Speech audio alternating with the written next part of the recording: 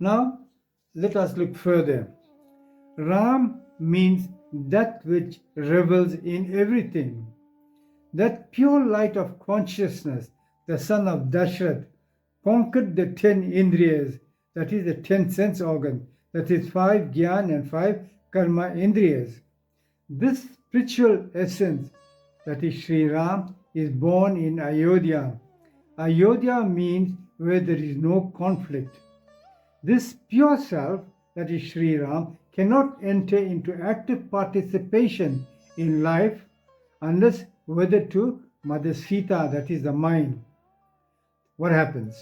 When Mother Sita returns after marriage, Sri Ram, finds that he cannot live in Ayodhya. Why? Once the mind has come, one starts expressing through it. One has to enter the forest of life. How long can the mind remain constantly centered in the divine potential inward? It has to be extrovert. That is what a mind is. It has to be extrovert. This is what happened when Sri Sita looks away from Sri Ram. Sri Mother Sita crosses the line, that is the Lakshman Rekha we spoke about earlier on, and we all know what happened. The Lakshman Rekha means staying focused and keeping within the line or the code of conduct. Within the line, the law of civil society prevails. Outside the line, the law of jungle prevails. In fact, there is no law at all. Inside the line is Ayodhya. Outside the line is Lanka. When you transgress the line, you pay the price. You are now caught in the snares of Ravan, that is evil, and it is difficult to come out. The boldest and the most strong-minded woman may, if kept in captivity for a long time, lose heart and become depressed. Then what happened? Dashmukha ensnares Mother Sita, that is the 5, 10 Indriyas, that is Ravan, is also an extrovert. To gain Sri Ram, what should Mother Sita do? She knows she has fallen. She firmly says no to Ravan. She will be tempted, but she must remain steadfast, however much Ravan tempts her. The spiritual essence in man can kill and destroy Ravan. How can it do it? It can do it with an army of monkeys. The monkeys refer to two thought qualities in us: instability and restlessness. The army of restlessness and instability, that is the monkeys, need to be controlled first. They need to be disciplined and focused. But at the moment, Vali, who represents lust, is in control of them. This lust, that is quality in us, needs to be destroyed. How can it be done? Because you remember, Vali accused Ram of hiding behind a tree to kill him. Ram explains why. It can only be done from behind, not in front. Alcoholics, to be cured, cannot be cured by placing alcohol in front of them. The alcohol will be like a magnet drawing them to it. So it has to be done by other means.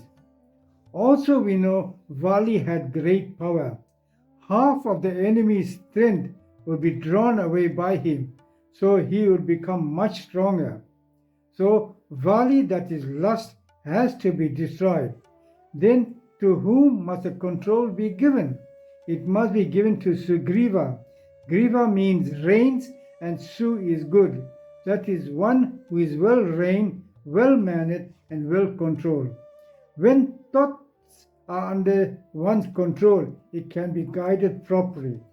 When Sri Ram regains having Sita, having destroyed extroversion, the mind that is no longer extrovert is no mind at all.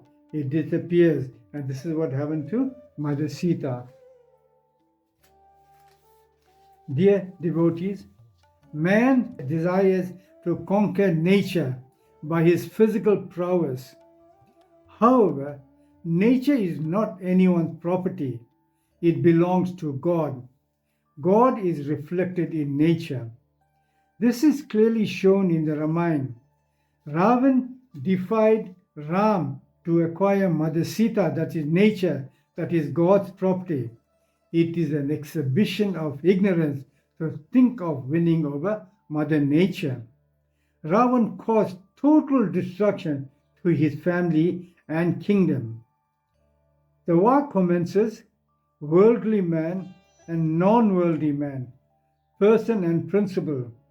One stands for might is right and the other right is might.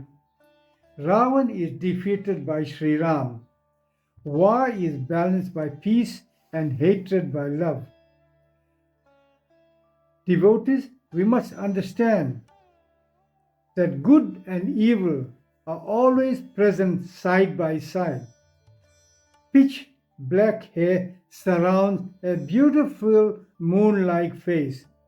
The shining forth of righteous fame is intensified by the surrounding darkness of evil. There is no Ram without Ravan and no Ravan without Ram. Bhagwan Sri Satyabhama has written, there are three reasons for the birth of human being. They are sin, agitation and ignorance. Because of sin we commit, we get rebirth. Because of lack of peace in an agitated mind, we get rebirth. And because of ignorance and lack of knowledge, we get rebirth. If with one stroke we want to get rid of sin, agitation and ignorance, the only way is to think of the name of Sri Ram. Now, if you see the first letters in those three words, sin, agitation and ignorance, they spell S-A-I. That is the teaching of Sai Baba. We all say we want peace. And what do we say? I want peace.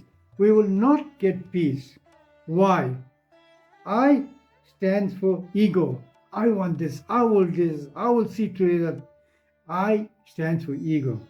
Want means desires. We want this, we want that, we want that. So when you have ego and when you have desires, do you think you'll get peace?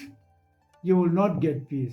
Therefore, when we finish any prayer, we say Shanti, Shanti, Shanti. We say peace, peace, peace. This is the story of the Ramayana. The Ramayana gives examples of Ravan and Mantra as both having evil tendencies. Ravan is slain in battle, but Mantra is alive even today in us in the form of jealousy. There is none who can destroy this Mantra, that is jealousy. It is therefore our duty to ignore it. Jealousy is the worst of all evil. 3/4 of the world is suffering from jealousy. It has no limits. The message of the Ramayana is to set the psychology of man's mind right. This struggle will continue for some time because our evolution of superconscious ideal has not taken place in the majority of mankind. So, what is the story of the Ramayana? It is to awaken in us the reality facing society at large, torn by conflicts, crime and degeneration in moral and human values. It is a book that the world needs for daily living. It is a book of life. It is principles that guide mankind, not persons.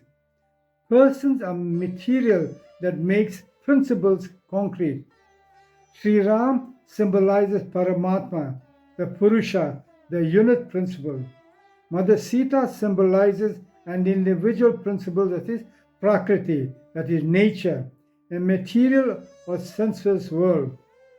Lanka is a body of individual existence made up of body, mind, state, governed by Ravan, characterizing three material natures, Sattva, Rajas, and Tamas, symbolized by Vibhishan, Ravan, and Kumbhakaran. Rajas means lust, passion. There is no activity without lust or passion. Tamas means dullness and malice. Rakshas stand for further lust and passion. Sita, the individual soul, wants to be free from the body-mind bondage, seeking an affinity with Sri Ram, that is Paramatma. That is to say, Sita, man or woman, wants to manifest principles, but he or she cannot do it through body-mind unless he or she is free from lust and passion, a world of material or sensuous enjoyment. Rakshas do not easily allow Sita to be free from a bondage of matter. Wants and desires in us are infinite, and thus a struggle ensues. Sita, thus in prison, passes a life of intense suffering. She observed an ideal of renunciation. She renunciated altogether Ravan, Vibhishan, and Kumbhakaran. She keeps absolute chastity and purity by thought, word, and deed. Hanumanji symbolizes Brahma Gyan, a power of discrimination. Visit of Hanumanji suggests that a power of discrimination dawns on Mother Sita, which destroys her illusion. Showing her Lord's ring means she, Mother Sita, attains direct self-realization, the supreme wisdom. The principle of Sita finds the way to be one with Sri Ram, or the individual soul finds itself one with Paramatma. Hanumanji, in this case, appears as a suggestion, a guide, a motive power in a way to Sita's progress. The individual Sita, or man or woman, through observing absolute continence or temperament, can become perfect, which is the state of complete wisdom. Absolute chastity or purity in mind is the only mean through which every man or woman can hasten his or her progress, tending towards a realization of oneness, the universal principle that guides mankind through work, love, and knowledge. Dasraji is a representation of the mere physical with the 10 senses. The gunas are the three queens. The four goals of life are the four suns, the four purusharthas, dharma, arth, kam, and moksha. Lakshman ji is the intellect, Sugriv is vivek or discrimination, Vali is despair, and Hanuman is courage. The bridge is built over the ocean of delusion. The Rakshas are Rajasic Ravan, Tamasic Kumbhakaran, and Sattvic Vibhishan. Sita is Brahma Gyan, or the awareness of the universal absolute. The ocean is the abode of the Almighty. This is describing as reclining on the ocean of milk. This is the reason behind the title given by Valmiki to each canto, as I mentioned earlier.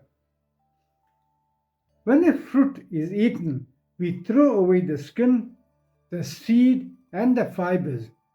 It is in the nature of the fruit to have these components. No one will eat these on the plea that he has paid for them. No one will swallow the seed. No one will want to chew the rind, that is the skin. These things are discarded. So too with this Ram fruit called Ramayan, the tails of the Rakshas, the demons, etc. form the rind, that is the skin. The wicked deeds of the evil are the hard, indigestible seeds. Sensory and worldly events are the not too tasty, fibrous stuff. They are the sheet for the juicy nourishment that lies within.